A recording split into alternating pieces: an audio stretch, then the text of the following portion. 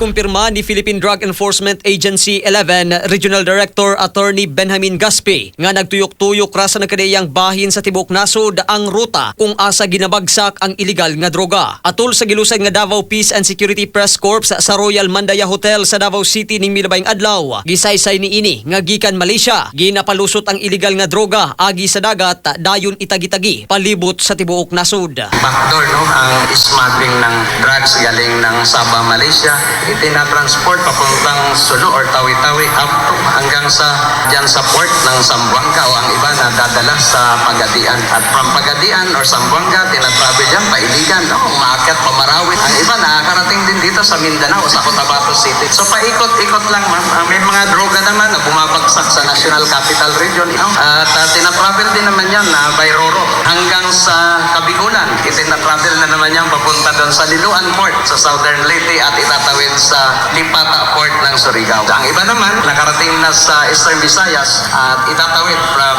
Ormoc sa papunta ng Cebu. So, umiikot lang po ang route ng droga. Nasayran usab nganing bag-uhay lang gisusi sa mga otoridad sa pagpanguna ni Department of the Interior and Local Government kundi DILG Secretary John V. Cremulya ang nagkantidad sa 278 million pesos nga shabu nga nakumpiska sa Manila International Container Port. Aminado ang direktor nga hagit alang sa buhatan ang pagmonitor sa mga iligal nga droga apan bisa ni ini masaligon kini nga pinaagi sa hiniusang pagpaningkamot sa PDEA, Kapulisan, Bureau of Customs ug uban pang ahensya sa gobyerno mahimong mabungahon ang ilang mga operasyon aron mapugnan ang dugang pagpalusot ug mga kontrabandos sa nasod. Gipasiug dasab niini ang importansya sa kooperasyon sa komunidad, ilabi na isip mga informants alang sa mga nagpadayong operasyon subay sa kolektibong katuyuan sa kampanya batok iligal nga droga. Mga katropa, aron kanuni kitang healthy mag Xanthone Vitamin C alang sa nagkaiusang Pilipino para sa Pilipinas, katropang Marvin Ebano, XFM News.